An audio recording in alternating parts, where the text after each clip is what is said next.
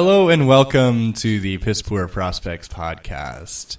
After a long holiday break, we are back. I'm your co-host Kelsey Powell, and I'm joined by Sean Tillgood. Welcome to the piss cave, Sean. Welcome back. We are here once again producing golden notes for our fans. Oh, I missed the cave so much. I know, the cave has been waiting for you. It was getting dank without human occupants. Yeah, we definitely were away a little long, but I hope everyone enjoyed their holidays as much as we did. Mm-hmm. Holidays? You mean Christmas? It's okay. Christmas. Let's not forget the reason for the season, Sean. Jesus. Oh my goodness. Here we go. There's a war. There's a war, Sean. Here we go. There's a war. Christmas is already a war of consumerism. Let's not make a war over Jesus, too. I mean, this is about what you can expect on this podcast. Like, immediately, right when we're dealing with each other already. We lead with the controversial topics. You know, we don't hide from them. We're not like other sports podcasts where, you know, you got a bunch of guys who've never played the game. Yeah, Jeremy. Yeah, come on, Jeremy. Get at me. You know, he's never podcasted before. Yeah. So what's he doing? I take this very seriously. Yeah. And Jeremy thinks that he could just walk in here to the podcasting realm and overtake what is not rightfully his. I know, he's never played the game. He's never done this. How can he expect to just be great at it right away? I think it's really arrogant. You know, he's a schmuck, I think. I'd call him a schmuck. I would tend to agree with your assessment of Jeremy Roenick. Never played the game. He's unfamiliar with the podcasting game, Sean. He's treading on our territory, and we got to make sure that the Piss Cave responds. Perhaps we could show him the ropes a little bit. We'll show him the ropes on your new podcast called Inside the Ring with Sean and Josh. Yeah, Up on the Ropes and Inside the Ring with Sean and Josh. New wrestling podcast by Sean Tillgood and Josh Butcher. It's excellent stuff. If you like the Piss Poor Prospects podcast, check it out. It has a wrestling bent to it. Yeah, we discuss the week's action in professional wrestling, and we get into all the nitty-gritty about what's going on in that world. It's great stuff. Like I have to admit, I'm a casual admirer of wrestling. I'm not a follower of it, and I enjoy keeping tabs on it. And I think I would like to hear your 2 cents on it every week. We like to keep it fresh and interesting for our listeners. Well, I can't wait to see where that podcast goes in the new year. We have some big plans. Nice. So now that we've gotten the Jeremy Roenick shout out or call out of the way, what do you want to talk about? I mean, every Christmas season, I get really excited about not so much seeing my family, not so much all the food and the presents, but World Junior Tournament. To be honest, I was not looking forward to it as much as I had been in years past.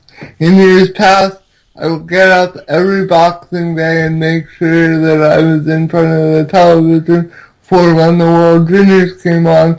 But this year, I really wasn't all that into it. Why not? I'm not sure, and to be one of those people who are like, well, I don't enjoy how just, I feel like, and I think we've talked about it on earlier podcasts, that that junior players don't tend to get the like stuff that they need, but they're being exploited by like people that are putting the events on. So, I mean, there's that, and also like I get sick of like the faux patriotism of Canadian hockey fans saying that we're the best hockey nation in the world. So I was pretty pleased with the results, if I do say so myself, of this World Juniors for sure. Just because it showed that we are not necessarily the best hockey nation out there. Well, you're seeing a lot of parody going on right now. I mean, there's a lot of ironic self-parody in the coverage of TSN of TSN's coverage of Canada, but I mean parody with an I. Whereas the rest of the world is really very, very close to us, and in any given year, we may not have as loaded a team as we're used to having.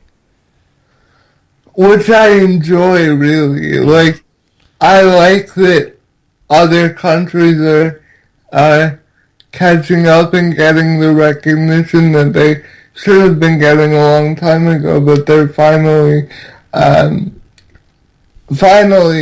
seem to be getting it now. Not the least of which is one of your favorite hockey nations, the nation of Finland. Yeah, I'm definitely.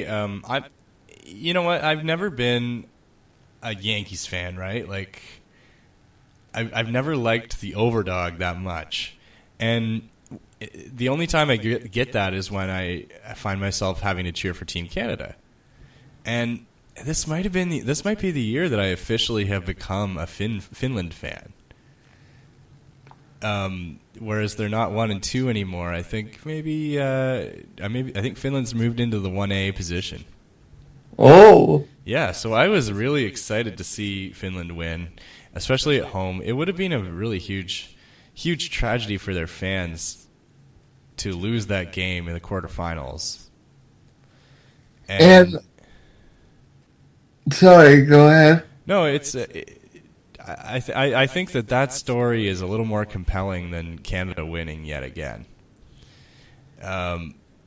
So I was really excited about Finland. I love that Finnish team. Like, I think it's really great. They have 2 veterans, but they're kind of on their second line, like Rantanen and Kapanen, and they're excellent. But then they have this trio of 17-year-olds that's just cleaning up the tournament.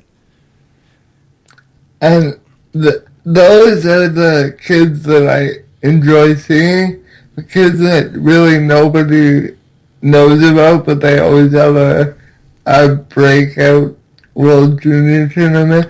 And sometimes that skews their draft stock, but sometimes it's just really enjoyable to see these kids come out of nowhere that not a lot of people know about and dominate the tournament.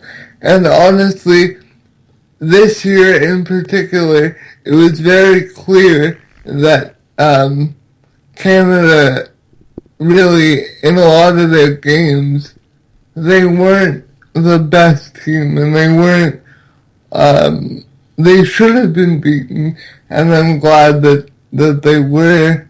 And I might get some grief with that, but I'm really glad that we didn't win by just skating by.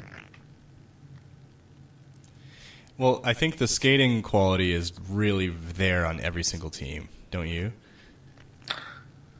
I think the speed is definitely there, which is nice to see. It's a quicker game now. a lot of nations are really seeing how much the speed of the game can pay off in the style that they're playing, and they're using speed to help bolster what they're doing.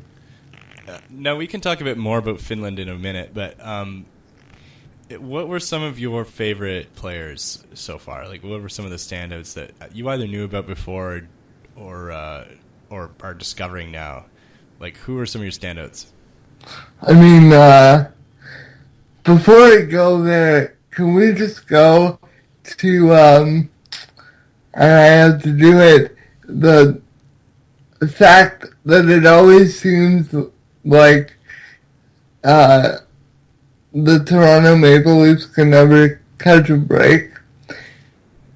Yeah, we can definitely talk about that, Sean. We've devoted much time to that in the past.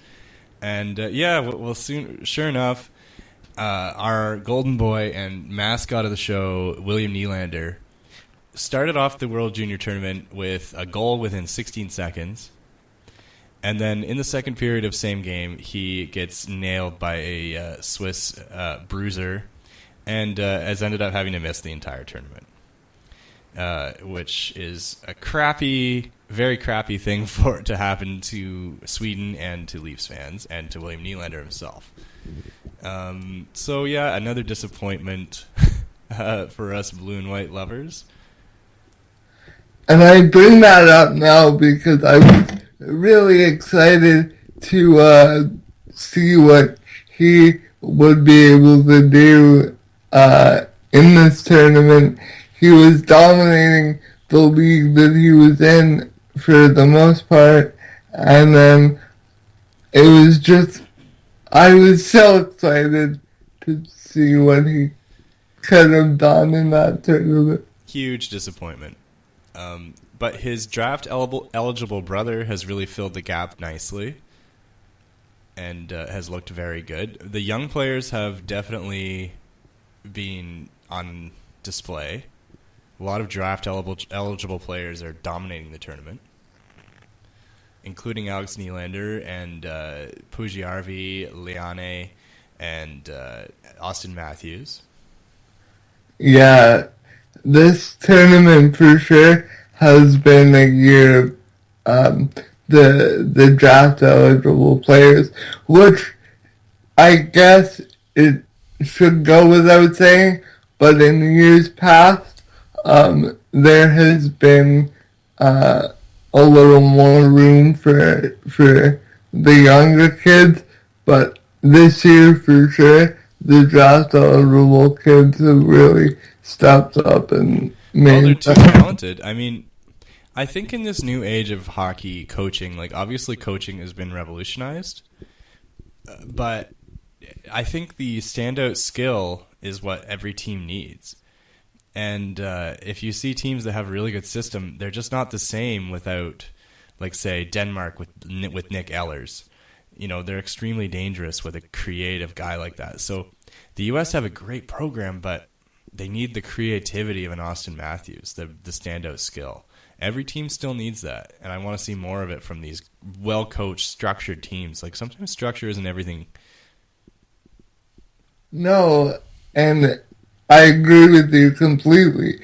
Structure is good, but you still need that one kid who sees the ice a different way and sees places where he can make plays and can really break out of that structure every once in a while. Not all the time, but every once in a while, just to make a play that he needs to make in order to do some good things for his team. I think creativity really counts for a lot. And you almost sound like, we haven't mentioned his name, but it sounds like we're talking about a certain Canadian player who I thought was the best player on the squad. And that would be Toronto Maple Leafs draft pick Mitch Marner. Listen, I think Mitch Marner did well. I think it's a little too early for people to go and say that he was the best part of that team. Honestly, and like, this may just be me, like, I don't enjoy, like, looking at these kids' performances in this tournament, and like, and necessarily having anything bad to say about them. Maybe, like, I don't know. It feels odd. Mm-hmm. No, I know what you mean, and it's always overrated. Like, there's always guys that drop a few rounds in the NHL draft for no reason. And, you know, they are kids. I mean, I wanted to... Like, I really don't like how Dylan Strome behaved in their quarterfinal game. And Jake Virtanen as well. But then you have to realize, like, these are kids. I'm not going to be a jerk and criticize these kids for making emotional mistakes. Yeah. And that's what happens when you're, like, on such a, like, stage that TSN cameras are everywhere, and, like, and they are kids, and they're still playing the game, and they're gonna need time to, like, develop and realize that maybe they shouldn't do things like that. You know what I mean? Mm-hmm. It's really weird, and Ron Wilson actually had some quite wise comments on this about TSN in particular. Just like, this is the only time in their lives that they're subjected to such things so far. Like, normally they have 3,000 people showing up to games in Sault Ste. Marie or wherever. And most of that are their family or the people that they know, and yeah, it's just it's weird. It's weird, but you know what? It is a great entertainment event. There's just got to be a way of doing it without treating... I don't think there should be any player-focused marketing at all. And we saw that a lot. I mean, maybe, well, I did at least, with tournaments in the past. Maybe it was different because it was kids like Crosby and Bergeron and Phaneuf. But even when those kids were in it, those guys were in there as kids, all that anybody could talk about was, like, these players as, like, brands by themselves rather than the team. Mm-hmm. Like, I think treating the Canada brand as a, like, you know, and hyping that up is fine. But when it comes to the individuals, it's really weird. Like, look at a guy like Jake Virtanen, who had a pretty decent tournament. Like, if you were watching the games, you saw he was producing. He just didn't have a lot of breaks go his way, but you could tell he was a very high level player. Oh yeah. And then, you know, he doesn't get the goals that they want him to score, and he got a very unfortunate double minor in the final game, and all of a sudden, you know, there's a lot of people in Canada who are going to hate him for that. Well, when he's 18. Yeah, that's the thing too, right? He goes, everyone goes, now, what's the matter with Jake Virtanen? Jake Virtanen isn't producing. Jake Virtanen to produce. And it's just like, at some point, like, leave the kid, like, leave this whole, like, post-mortem on what went wrong in the tournament. That, ow, I broke my knee again. I've done that so many times. What was that? I broke my knee because I twitch, and I'm underneath the desk, and then my knee just hits the bottom of the desk, and it hurts so much. Well, there you go. There you go, listeners. Now you know what that sound is. That Yeah, is sorry about That is Sean Toggood suffering for his art.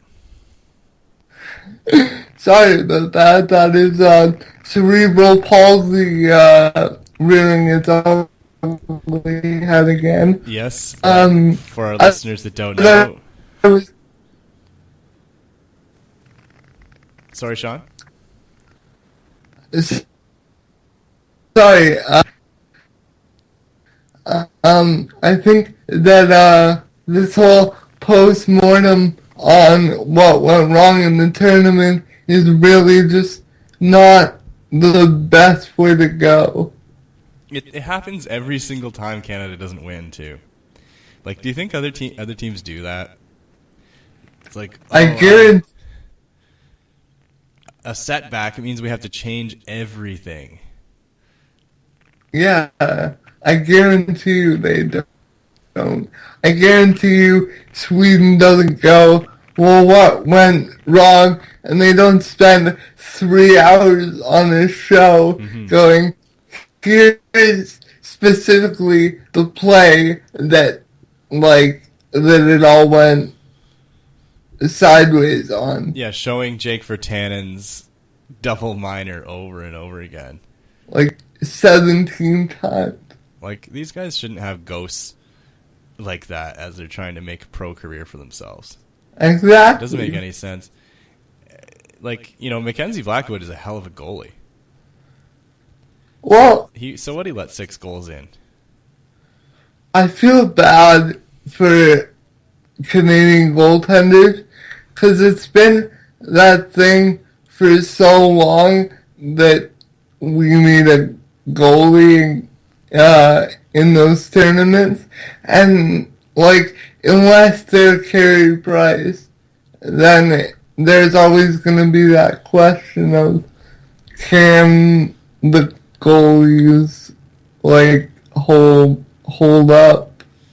Yeah, that's a hilarious one. It's like, where are all the Canadian goalies? And then there's Carey Price, is the best goalie in the world, and there's Braden Holtby. Come on. Yeah. Give your head a shake. Let's go. It's like they never played the game. Nope. Oh man, I guess some of my standouts, if we can go, we can get into Ray Ferraro's color commentary, but I don't think I even want to do that. I like Ray Ferraro, I think he's really good, but the Canadian jingoism was getting to me. Yeah, I don't know. I think Ray Ferraro's just one of those things that you acknowledge and then you move on, because then you would be stuck talking about it for 2 hours. He's actually a very knowledgeable and compassionate broadcaster, I think. I enjoy his commentary. But he was playing right into that stuff we were talking about, saying they're almost a perfect period from Canada. It's just putting more pressure on the whole situation, and then treating other people from other countries is very, very, very different. Yeah, but I mean, that's how they do it. That's how they've done it with when Peter McGuire was there, and I think that's just they do it on in terms of how they produce it anyway. Yeah, I think that's what they think what people want to hear. So they're like, oh, tremendous effort by the Canadian player as he makes this stellar play to get across the goal line. And then if a Finnish player scores, it's like, oh, and a lucky pickup on the Canadian pass, and it just barely dribbles over the goal line. There's no effort to it. It's luck when anyone else does it. And good Canadian system coaching if it's successful for Canada. We had that summit in years ago, and that's where they must have picked it up from, because I don't know if they would have been able to hadn't taught them that in the first place. Yeah. It all came from Canada. Like, all good hockey things came from Canada. Oh, yeah. So we had Finland win against Sweden today, and Russia beat the United States. Who do you think is going to win it? I don't know. The Russians are always a decent pick to win that tournament. But the way Finland's been playing, and when it's in Finland, I think I'd have to give the edge to the Finns. Well, I'll be cheering hard for Finland and wearing my jersey during the gold medal game. Pretty excited for the game. Just Russia are one of those teams that on any given day they can be fantastic. And they can also really underachieve too. So they're an interesting team. A lot of talent. Provorov has been fantastic. They've been getting scoring from a lot of places. And they've beaten some good teams. Like, that was a really good U.S. team. Oh, yeah. So Finland have not been a perfect team. They've scored a lot of goals, but defensively they certainly aren't perfect. And they rely on some young players. And we saw kind of in the Sweden game, like, the top line didn't play that well. I mean, they dominated against Canada. It's interesting. That's the interesting part. And maybe I'll go against everything I just said here by saying sometimes teams play like above their heads when they play Canada, but I think they could be capable of pulling off a performance like that again. Yeah, I think they are, and they hate Russia. It's a great rivalry. They've been invaded by Russia many times. There's definitely no love lost between those two teams, to coin a cliche. It'll be fun to watch. And I love seeing my guys around. They honored they retired the number of Teemu Selanne. They honored one of the greatest lines in World Junior history, Saku Koivu, Jiri Lehtinen, and Jani Peltonen. They've had all the former stars have been around, and they've really been honoring the history of Finnish hockey. So I couldn't be happier. I think they're nailing the tournament in as far as like design and presentation. Yeah, I've enjoyed seeing those guys. I always enjoy seeing Koivu and Selanne for sure. Two guys that I really, really have a lot of respect for. Oh yeah, two of my all-time faves. I'd like to recommend Teemu Selanne's Instagram while we're at it. It's he's a funny guy. Is he? He's having a good retirement, I think. Yeah. He's enjoying it. I saw a picture of him on a beach somewhere with a drink there. Yeah, I think he's been enjoying some alcoholic beverages. Why not? Why not, man? He's retired. Finland they have the most casual drinking in the world. What? Yeah, they drink a lot. Is there a stat for that? There is, yeah. They drink, they consume the most alcohol. It's just very much in the culture. That's interesting. Yeah, and they also have the most steam baths. I could see that. Mm-hmm. They love steam.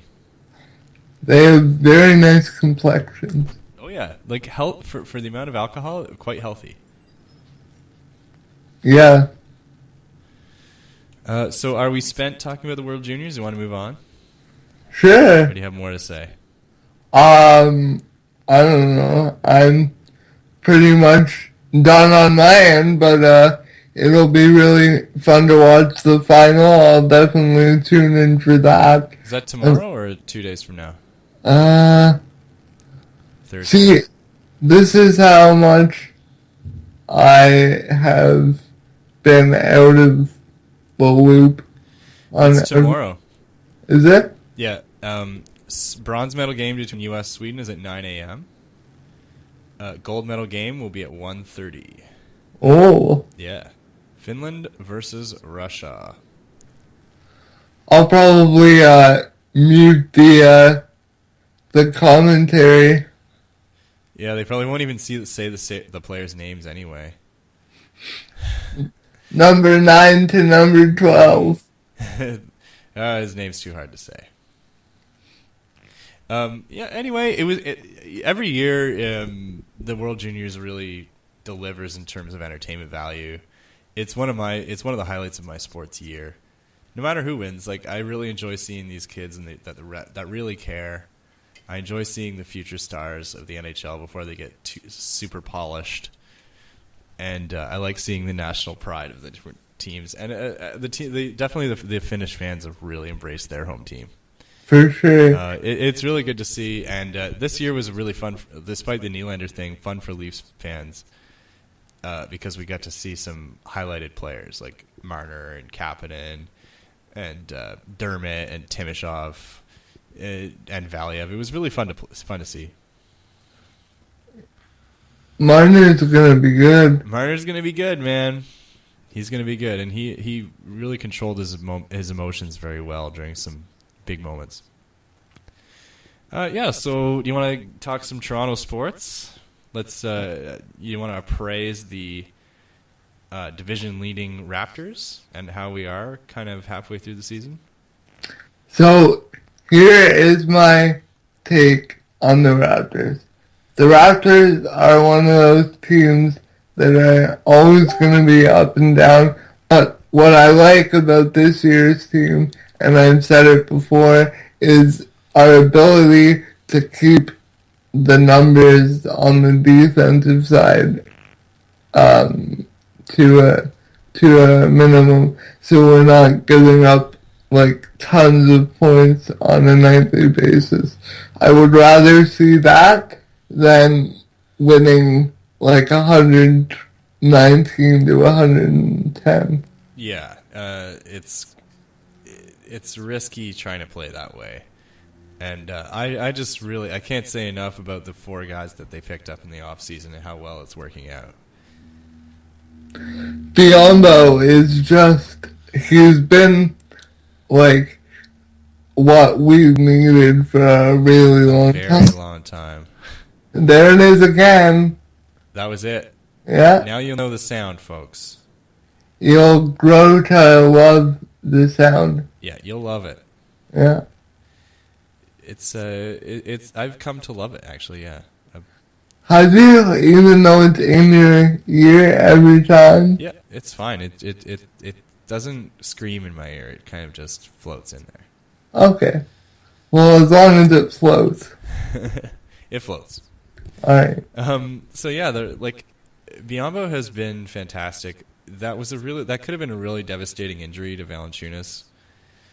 And it turns out we didn't miss him that much because his play was excellent. Like, he was putting up points. Just an incredible player over that stretch. And now he's coming off the bench where he probably should be. And Valanciunas is playing great.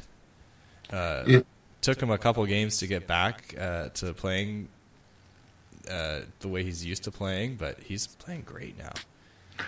I think he's finally really playing at a consistent level that we needed him to play at. We saw flashes of it like in his earlier years, but I think as I'm going down the road of the cliche, I might as well. There it is again. I might as well just say it. I think he's really putting together consistent efforts, night in and night out. Yeah, you know what? Sometimes the cliche just applies, Sean. Yeah. And he really is. Like, you'll see once in a while he'll look like one of the best big men in the league. And then he'll have a quarter where he just doesn't do anything. And I think he's starting to do it over consistent, consistent amount of minutes. And I think he's becoming a real leader and one of the best players in the conference. Yeah, for sure. I enjoyed watching him yesterday. I really like seeing him play against Pau. Every time they play against Chicago, I can't handle it. I can't do it. It's really good. They make for really good games, though. Like, over the last 2-3 years, they've had some really good games against Chicago, some real classics. They don't seem to like each other. It just makes me frustrated to watch. Why is that? I don't know, because I feel like, yeah, alright, like, we're playing well, I think we've got this, and all of a sudden, Jimmy Butler comes out of nowhere and starts, like, dropping, like, shots from, like, where did you get that from? I know, last night I confidently went to get a drink of water, and when I came back, they'd lost. It sucked. How did they lose that game? Jimmy Butler's really good. He is. But on the plus side, Valanciunas is really starting to come on. I think the big question at the half right now is, what do they do with DeRozan? In terms of... Well, his contract expires this year. Oh, you have to sign him. I think they're forcing him to. He's a top 3 scorer in the league right now. And you're not going to be paying him, like, you'll have to pay for him, but you won't be paying Durant or, big money for him, Harden money. See, I just didn't know what you were referring to, because in my eyes, it's not even a question at this point. Yeah, but they haven't done it yet. Well, what are they waiting for? Well, yeah, I think it was kind of a show-me season, but he's showed it. He showed it with the respect that he has around the league, and he's just the way. If you watch the games, he's really calm and confident, like the way I've never seen him before in a Raptors uniform. I think he finally is prepared to step up and he wants to take more of a role on this team. Yeah, he seems to really have matured as a pro, and he just looks like a guy I want on my team. Yeah. So yeah, I think they should do what they have to sign him. I think he's worth the money. I think over the next 5 years, he's going to be a real dynamite player. For sure. So get it done. Get it done, Masai. Masai, do it now. Do it, man. And who knows, there could be... This kind of seems like a team where they're kind of one piece away. That's when you start getting into the risky area. Like, I don't know if they're one piece away, because then you start making moves thinking that you're one piece away and you're not really looking long term. Build the system. And their depth has improved so much during the Ujiri era. And I'd rather see them keep going, and then when you really... Ideally, you grow that piece yourself. Exactly. Right? Like, sometimes, I really loved... The Aldridge pickup was one of my favorite free agent moves recently. Because they kind of knew this is the right time to make a swing. Yeah. But most years, they don't care. They do that every 5 years or 6 or 10 years. No, because they know that their depth is good enough to get them in every. And you draft a Tony Parker. You sign a Manu as a free agent. Why can't the Raptors do that? Right? Find a few guys that way, and the one piece away that we needed is now on the team. And we didn't pay anything for him. Yeah. Can we just also talk about the greatness that is Corey Joseph? Yeah, Corey Joseph, which, he had a really big role on that championship Spurs team. He did. And Greg Popovich said, I always saw it coming. I always knew that he would be a great player. Pop loved him. Yeah, he did. And you know what I love? I love the ability to put Corey Joseph and Kyle Lowry on the floor at the same time later in games, just so that, because I think Kyle Lowry enjoys having the ball in his hands anyway to shoot, rather than, I mean, I'm not saying that that's all he does is shoot, but I think he's more comfortable with the ball, like creating a shot for himself and taking the shot. So when you have Corey Joseph and Kyle Lowry on the floor at the same time, it really allows you to do a lot of good things offensively. Yeah, I like that. I'd like to see them play that lineup more. Like Joseph in that way would almost work more like a defensive defenseman, like a stay-at-home guy. Yeah. Like a Mark Methot to Lowry's Carlson. So when he slashes, like Joseph's so aware, he'll be ready to guard his guy. Yeah. He's the guy you want back there. Very good defensively, very strong on the ball, and a great attitude. He's a real leader. Good young leader. That's a really good analogy, actually. Yeah, like, because sometimes Lowry, like, you love what Lowry does, but sometimes you just want you to feel a little safer about it. And Joseph is a very safe player. Yeah. And yeah, I like seeing Valanciunas and Joseph and a couple other guys like develop some leadership. It's really what I want to see on this team, and hopefully they can get a few more prospects and keep building a dynasty. Hopefully.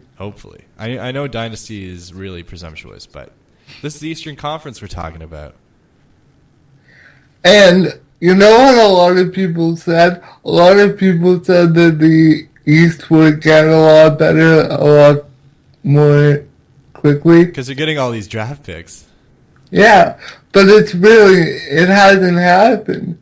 So I think there is still a window out there that we could capitalize on for quite a long time here. Oh yeah, like Washington took a big step back. It'll be 5 years before the Nets do anything. It'll be 3 years before the Knicks are a contender. If they become a contender. You don't really know about Miami.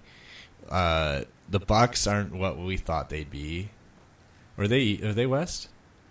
No, they're East. Yeah, the Bucks aren't really a playoff team. I'd worry about Detroit a little bit. Because I like Stan Van Gundy. But I think they could be one of the best teams in the conference for a long time.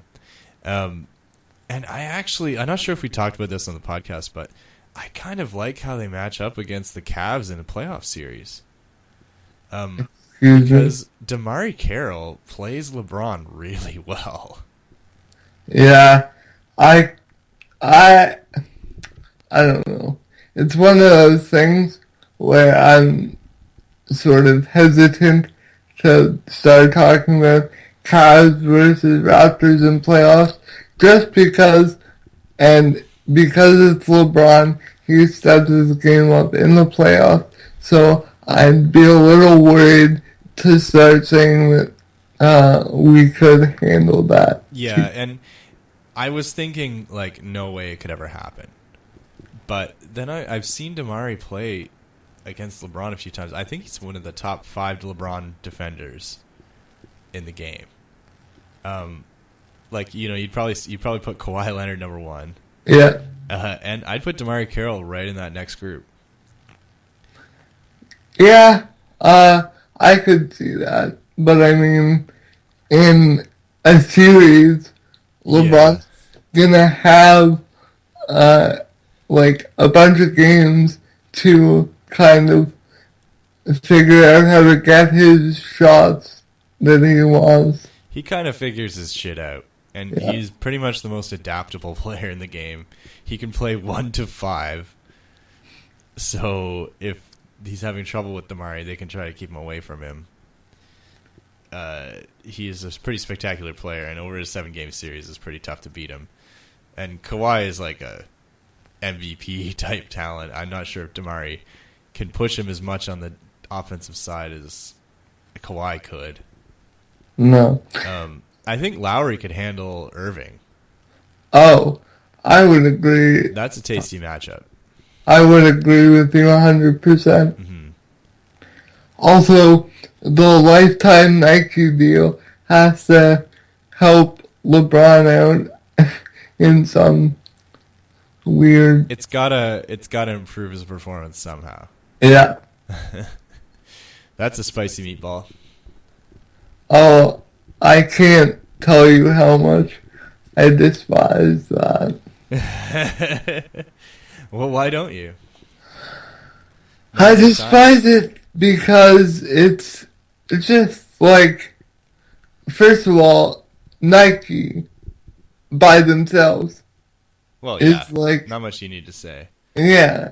And then LeBron, who sometimes I feel like is just interested in building a brand rather than playing basketball, which I mean is fine because he still plays and he's still fantastic. And I mean, if he wants to do that, that's what he wants to do. But it's just frustrating on so many levels. Yeah.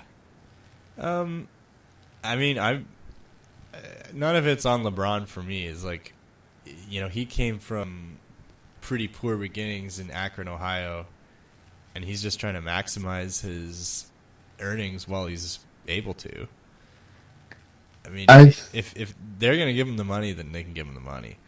But I suppose, I mean, I think some of that might be a little bit mythologized at this point. Yeah, I know, but still, like, there aren't many chances to be a high-earning American. You know, you don't get to change class very often.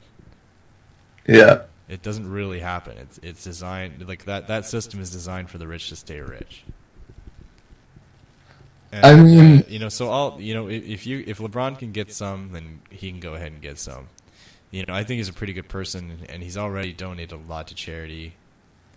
He's a pretty socially conscious guy. Yeah. I don't really have a big problem with him signing that deal. It's just, it's a little creepy.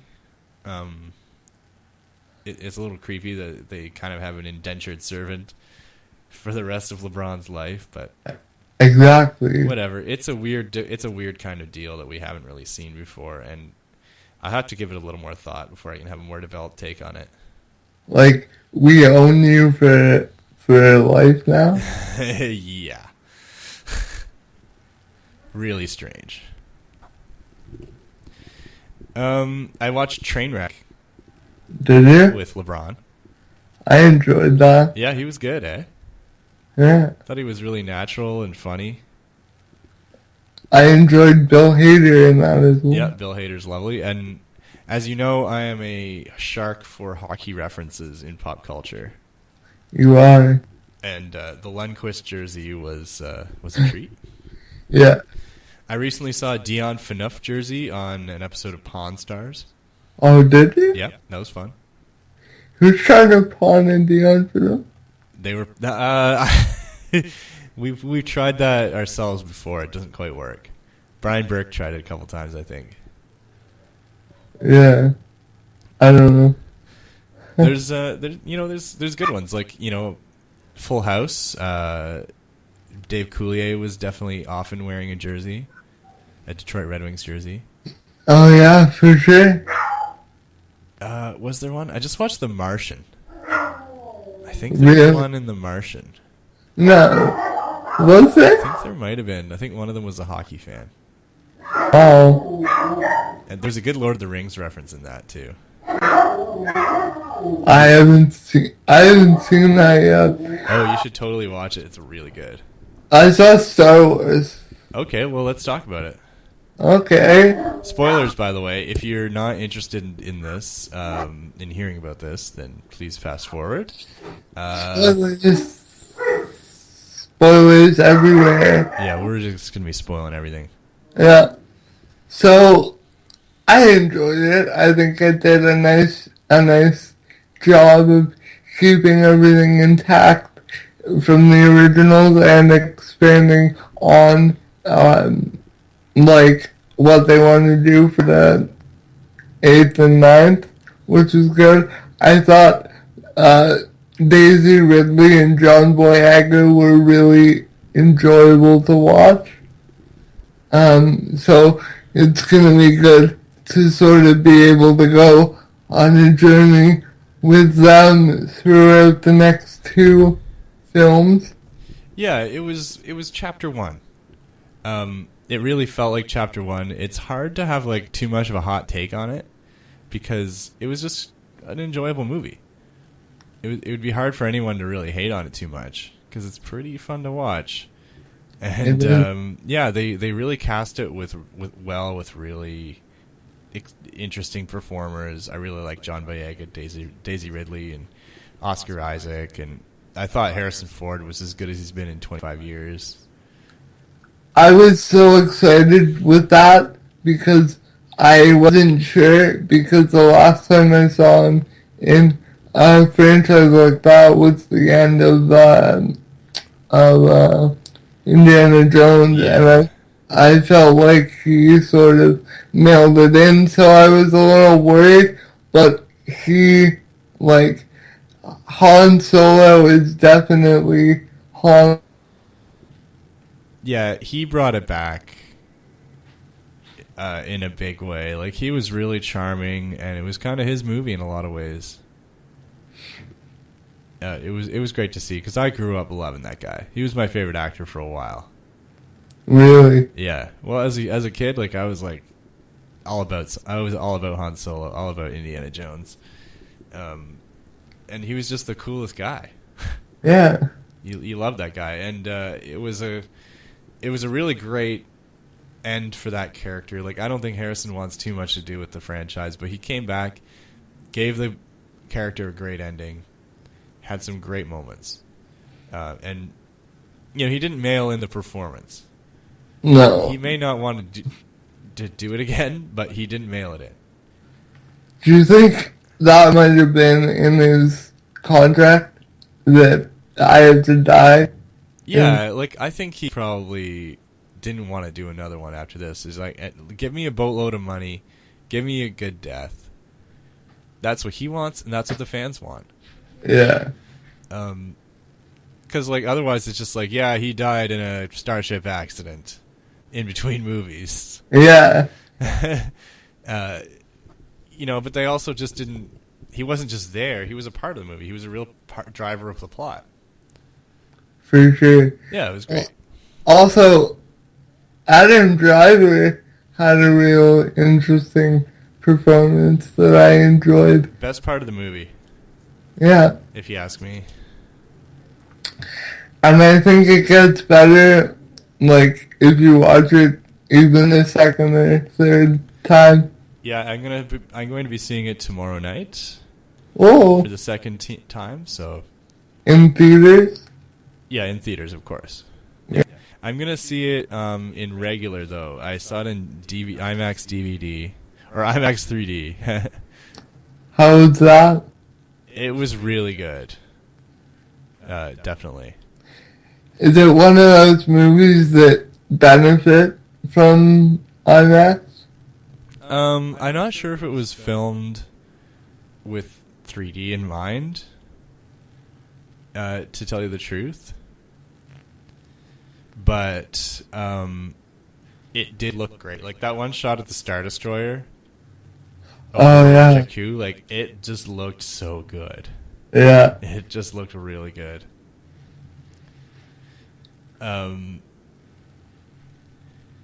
Yeah, the sound was really good. I thought maybe the sound mix was a bit quiet, but you didn't notice it. Yeah. On the IMAX, it was a really good movie making experience. I had watched Into Darkness, Star Trek Into Darkness. Yeah. Last year, which was also a J.J. Abrams movie, and the 3D, while intense, was still one of the best that I had seen. Yeah, I mean, I think this movie definitely did a lot to, like, ease people's fears that they were never gonna get a good Star Wars movie again. Yeah, they did it. Yeah. And I think, that's the reason they didn't take too many risks. They kind of wanted to prove, okay, look, we can do it. We can do an awesome Star Wars movie that you're going to like. And I think and hope that they will take risks now, that they've earned some trust, and that they have characters that will follow. Yeah. Because I really like these characters. I care what happens to them. I like that it was a villain's journey as much as a hero's journey. Yeah. Kylo Ren has somewhere to go, and he's not just this perfect villain right away. And I hope that they, with different directors and writers, they kind of can play with this world in some really interesting ways and not play it too safe. There were a lot of callbacks to the original. And I got most of them. I'm a huge Star Wars fan. A lot. Maybe too much. I think maybe too much, but like, for this fan service felt more natural to me than the Star Trek stuff that JJ did, like, because I think he really cared. He didn't quite know what to do with Star Trek, honestly, and we're gonna bring back what people love about it. Kirk, Spock, and the whole gang. Like, that's not necessarily. I love I love those characters, yes. Yeah. But I love the idea of Star Trek more than anything. Yeah, I think he did a good job of knowing what he liked as a Star Wars fan and what fans also would enjoy, and giving them a lot of that. Yeah. So Star Wars gets a thumbs up for me. Better than a thumbs up, like, thumbs up into places that are pleasurable and yeah. I think that's a good way to sum it up there. Yeah, and I want just more of it, more and more and more of it. I think I've been listening to too much of Kevin Smith's podcasts.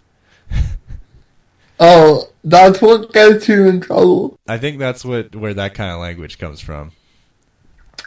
I feel like you can't listen to Kevin Smith's podcast and then go out into the world right away. Nah. You need, like, a buffering period. But you know what? I'm just gonna eat that one, and I'm gonna wear it, and I'm not gonna edit it out because it's me, and I have to be proud of who I am, right? I like your commitment. Yeah, I'm standing by it. So, do you have any pop culture? I always do. So it's the holidays. There's some more time for this stuff. So I got a couple things. I'm reading a book right now called The Bone Clocks by David Mitchell, who wrote Cloud Atlas. Yeah. I would highly recommend that. I'm not going to spoil it for anybody, but it's really cool and kind of sci-fi. I've been watching Transparent. Oh. Which I love. It's really great. It's a dramatic show with a kick-ass cast. Yeah. Have you watched it? I've heard that the cast is amazing. Yeah, you couldn't get a better cast. Jeffrey Tambor is killing it. And it's one of those shows. It's very dramatic and realistic, but every once in a while there's like this huge laugh. It's kind of like Girls that way. It can be dark, but it can be very funny as well.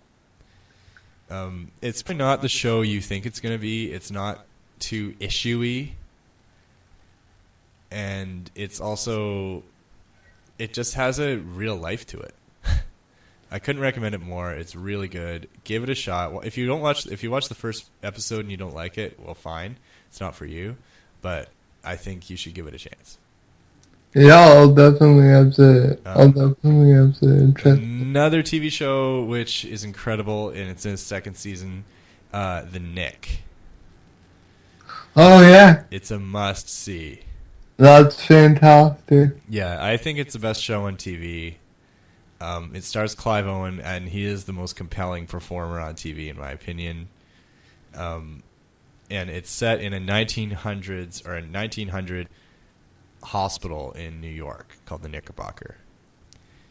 And it stars Clive Owen as a coke and heroin addicted genius surgeon who is making advances in the medical field every single day. And he has kind of a manic genius to him. It brings life to that era, and it is great for people who are interested in cultural history. And it's just it's a great. It's almost like a medical superhero movie. Like, as realistic as it is, it's heightened in a way that is really fun and disgusting. Yeah. It's disgusting. It's fantastic. If you don't like surgery, that gives you the willies, maybe it's not for you. But I love it. I'd give it a shot, especially for all you Clive Owen fans. What do you got for us other than Star Wars? Well, Heard of that. Mine is a Star Wars related thing. It's Kylo Ren's Twitter account. Oh yeah. It is fantastic. It's really funny. If you just want to spend an hour having a laugh, or spend a couple minutes having a laugh, then go on to Kylo Ren's Twitter account. Yeah, it's really funny. Yeah, I've really been engrossed in all things Star Wars since I saw the movie. So, yeah. So, that would be my one suggestion at this point. What's your favorite non-movie Star Wars thing? Honestly, I haven't looked at the expanded universe all that much, but I would say that some episodes of the Clone Wars television show I really enjoyed. Yeah, I'm with you on the Clone Wars television show. It's really good. It's definitely for kids, but Star Wars should be for kids. And it's a lot of fun, and it gives Anakin the chance to be a hero, which is kind of cool. Because he's not a hero in the movies at all, obviously. Yeah, it asks a lot of questions, too. Yeah, that's it does ask a lot of questions and gives different characters like some breathing room. I like that about some of the extended universe stuff. I think I'd have to give the extended universe stuff a try now at this point. Well, there's some good stuff. I would recommend the new comic books coming out too. The Jason Aaron is writing some great Star Wars comic books for Marvel, featuring art from John Cassidy and Stuart Eminem, two of the giants of the field. Oh. Yeah, it's good stuff. But I think we'll call it quits for this week on Piss Poor Prospects podcast.